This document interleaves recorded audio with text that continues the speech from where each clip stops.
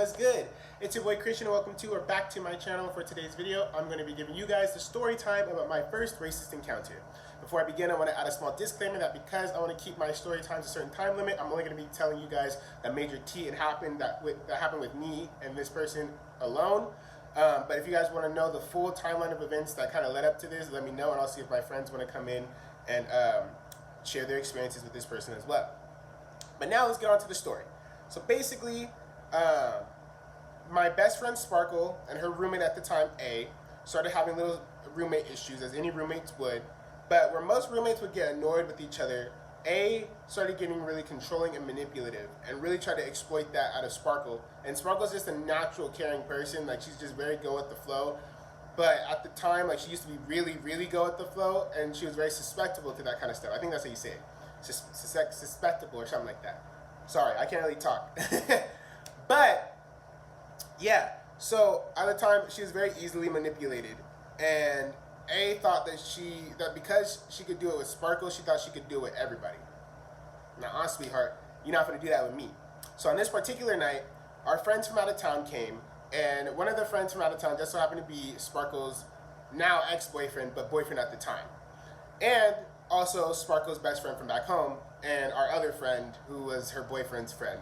I hope that makes kind of sense. But yeah, so they all came down to visit at the same time, and we all ended up going out, playing beer die, getting drunk, and having a super happy, awesome time. We came back super sloshed, super smashed, much to A's disappointment, and this is kind of where the issues kind of start. So, Sparkle wanted to get in on her mans, which, you know, obviously, like, after a day of drinking, you know, we'll do that, shoot, you know, start finding each other, you know, start filling up on each other, whatever. So we all leave, and we all go to the living room, including A. A decides to start being very attitude-ish, starts putting her stuff down, like, very, like, you know, very rough, very aggressively, you know. And we were, even me and my other two friends, we're all sitting here drunk as shit. We're all kind of looking at each other like, girl, what is the problem? Like, you acting like they just kicked you out the apartment. You know what I'm saying? Like, they literally just said, can we have the room for 5 minutes? And another little disclaimer, and I don't like to knock anybody's sexual life or anything like that, but A was the kind of person that would have somebody over all the time, and Sparkle really wasn't. So it's just very kind of odd to see A this upset that Sparkle had somebody over, if that makes any sense. So, especially this bad that your roommate wants to have. It almost felt like a little jealousy thing. Like, A almost was jealous that Sparkle was getting some that night and she wasn't.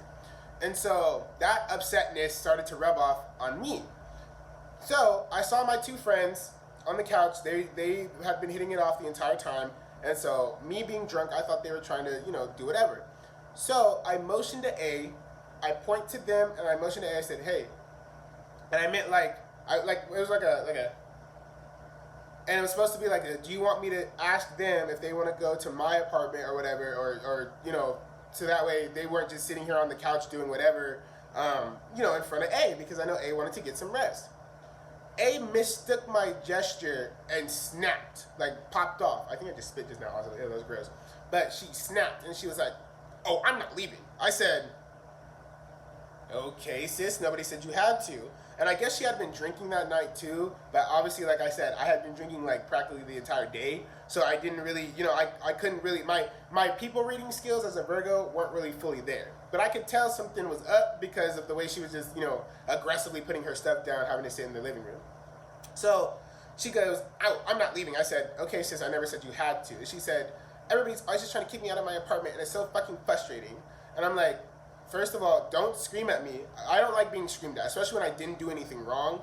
And she basically just kept screaming at me. She was taking her frustration about having to stay in the living room for, God forbid, 20 minutes, 30 minutes, out on me. And that's why I kept getting frustrated. So, like any normal person would, especially a male, I decide to go, and I say, you know what, let me just go. Because one thing I'm not going to do is sit here and argue with a girl, and let alone, you know, especially when we're both obviously drunk and inebriated and we're not even meant to do this. But she just kept going and kept going and kept going and kept going. So I finally snapped and I called her a bitch and I left. I said, oh my God, so I acting like a fucking bitch, and I just left. And I slammed her door, and this is where my instant karma hit me, and I instantly regret it, because I slammed the door and I have my fan cord because it was hella hot, so I brought my fan down. I had my fan cord in my hand and it gets stuck underneath the door. So now she's hella pissed off at me for no fucking reason, and now doesn't even want to open the door. I'm knocking. I'm like, hello? Like, can I get my fan cord? Hello? Hello?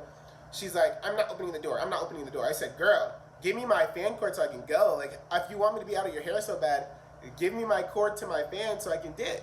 Right? You know what I'm saying? Like, does that sound crazy, or does that sound insane? Like, what does she want me to do? Leave my fan outside? Bitch, no, it's my fan. Give me the cord to my fan so I can go. So after knocking and knocking, basically pounding on the door, she finally decides to open it. She opens it hella aggressive.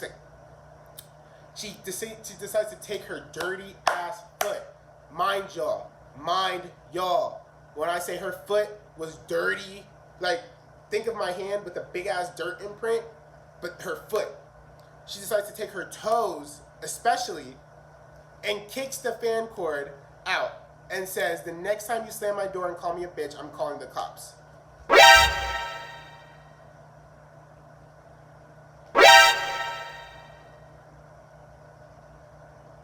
The cops?